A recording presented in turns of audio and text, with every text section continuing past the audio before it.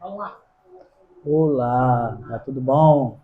Bom dia, a paz do Senhor Jesus. Amém, irmãos. Mais um dia que estamos aqui para adorar e bendizer o nome do Senhor, né?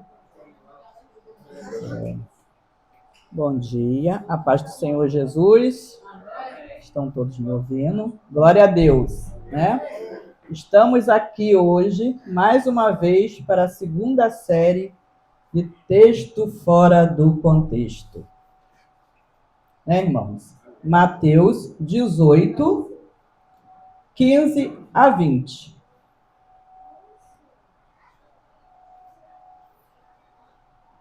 Mateus 18, 15 a 20. Glória a Deus, né, irmãos? Vamos ler o texto, né? E depois nós vamos ver qual o contexto. Eu vou ler o último, que é o 20, para a gente depois inteirar no contexto. Não é isso? No 20 está dizendo assim: pois onde se reunirem 2 ou 3 em meu nome, ali estou no meio deles. É o versículo 20. Tá bom, meus irmãos? Mas para a gente entender este versículo, né, para a gente entender o contexto desse versículo, nós temos que ler do 15 ao 20. Não é isso? E vamos começar a ler o versículo 15. Não é isso? Se o seu irmão pecar contra você, NVI, vá e a sós com ele, mostre-lhe o erro. Se ele o ouvir, você ganhou o seu irmão. Mas se ele não ouvir, leve consigo mais um ou dois outros, de modo que qualquer acusação será confirmada pelo depoimento de 2 ou 3 testemunhas. Se ele se recusar a ouvi-los, conte à igreja. E se ele se recusar a ouvir também a igreja, trate-o como, aqui está, pagão ou publicano. Então, meus irmãos, a gente sabe que esse texto aqui, Jesus se antecipou, que ele imaginou o que poderia acontecer, né? Então, o que ele fez? Ele reuniu seus discípulos, chamou todos eles, né? E começou a conversar com eles. Então, ele deu, assim, uma direção. Primeiro, ele falou com todos os discípulos: fale com a pessoa primeiro, a sós. Né? Ele estava falando sobre o pecado. Como tratar a ofensa de um irmão, ou pecado. Não é isso mesmo? Então ele falou: chame aquela pessoa a sós. Se ela pedir desculpas, vocês se reconciliarão. Né? Mas se ele não aceitar da primeira vez, né, chame testemunhas, não é isso? Se não der certo, leve um ou dois amigos de confiança para conversar com ele, chegar lá e falar: meu irmão, olha, eu conversei com você, aconteceu aquele assunto, então, já que o irmão não aceitou, eu trouxe aqui esses dois irmãos, né, que são amigos, para que na frente deles eu venha lhe perguntar novamente, não é isso? Que aconteceu isso, isso, isso. O que o irmão acha? O irmão vai confirmar? O irmão não aceitou? O irmão vai continuar assim? Essa foi as ordens que Jesus falou para eles falarem, né, naquele momento. Aí, na terceira vez, ele fala assim: avise a igreja. Se a pessoa ainda assim ignorar, fale ao pastor. Então, isso aqui que o Senhor Jesus estava falando, ele estava ensinando como tratar o irmão que pecou contra você ou contra nós. Não é isso? O Senhor Jesus se antecipou a um problema que poderia acontecer na igreja. Ele chamou seus discípulos, se reuniu com eles,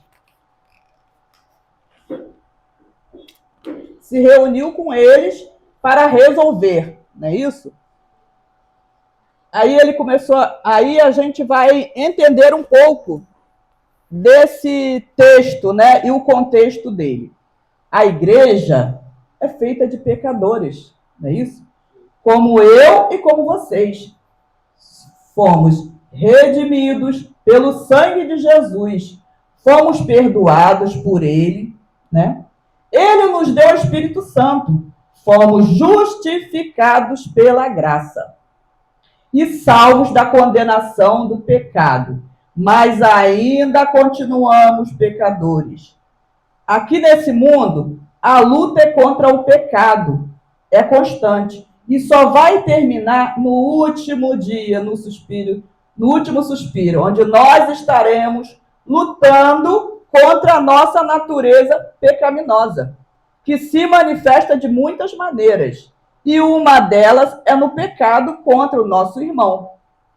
A igreja é composta de pecadores que foram salvos pela graça de Deus, mas que são pecadores.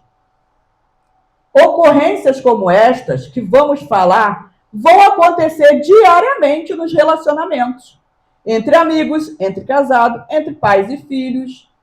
Não deveríamos nos surpreender com o relacionamento, né? Numa comunidade entre pecadores, problemas de relacionamento, de conflitos, vai acontecer. Não tem como evitar isso. Só na glória nós teremos mais este tipo de coisa. Não teremos mais esse tipo de coisa que Jesus está falando aqui. Sobre o que seu irmão pecar contra ti. O problema não é o pecado. O problema é como lidamos com ele. Deus já fez provisão com ele. Ele mandou seu filho à cruz para morrer por nós. E ali levou a nossa culpa. Ele pagou a nossa vida. Né? Romanos 6:23 está: o salário do pecado é a morte. É isso? E ele morreu como salário do nosso pecado. O Senhor Jesus, ele recebeu esse salário, o pecado. O pecado não é o problema em si. Não estou diminuindo o pecado. Pecado é pecado. E deve ser levado a sério sempre. O problema é o pecado não tratado. O pecado que não é resolvido. E para nós é um alívio, como pecadores, sabermos que o nosso Deus deu provisão para resolver o problema do pecado, do irmão e o nosso. Jesus nos dá uma orientação. Ele estava ministrando a seus discípulos e orientando seus discípulos a como lidar com este caso, que acontece inevitavelmente. E quem se sente ofendido por outro, ou prejudicado ou atacado por um outro irmão na fé, isso mostra que Jesus sabia que isso podia acontecer. E ele nos orienta como proceder. E a falta de obediência que Jesus nos diz aqui é que traz confusão na igreja. Está dizendo aqui, não teríamos fofoca, não teríamos gente aborrecida, não falando um dos outros pelas costas, porque seria resolvido na primeira instância que Jesus está falando, né? Voltamos agora, né, ao versículo, ao capítulo, não é isso? Vamos voltar agora ao capítulo 15. Eu vou ler o capítulo e vou falando sobre ele.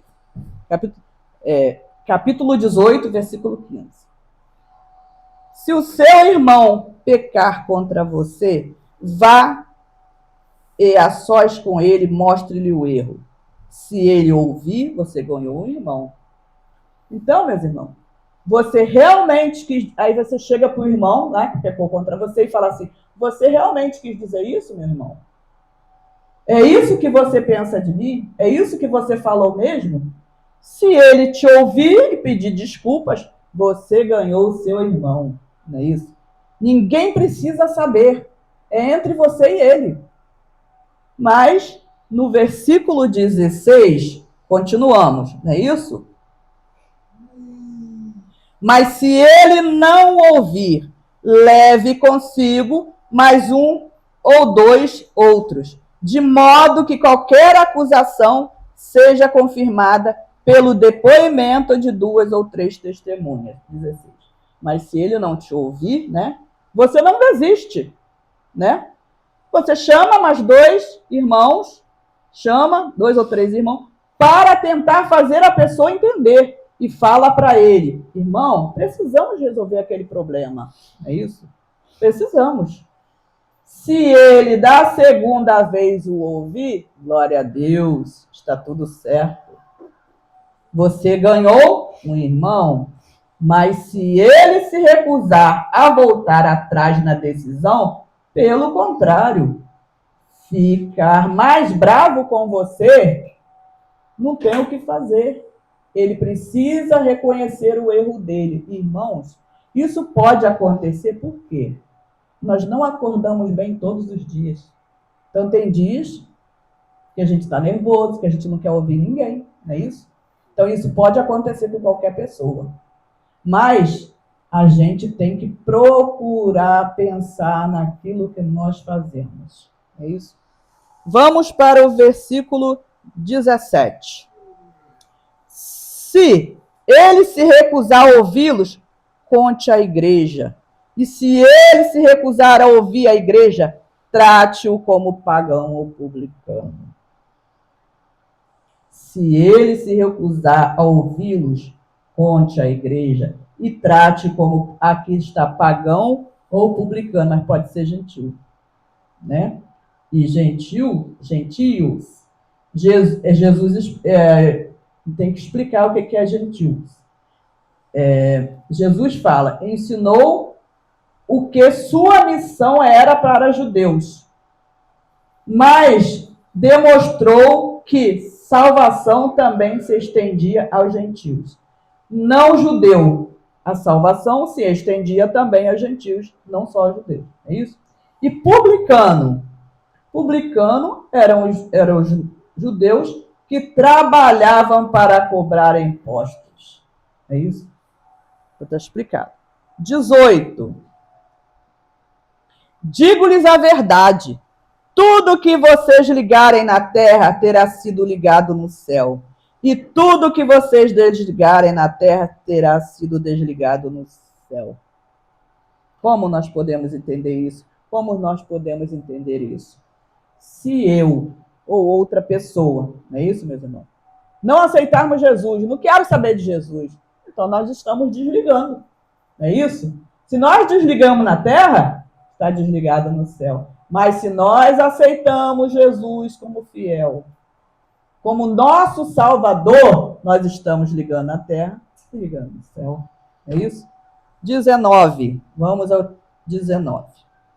Também lhes digo que se 2 de vocês concordarem na terra em qualquer assunto sobre qual pedirem, isso lhes será feito pelo Pai que está nos céus. Então, isso não significa que tudo que vocês pedirem, não é isso? Deus vai te dar.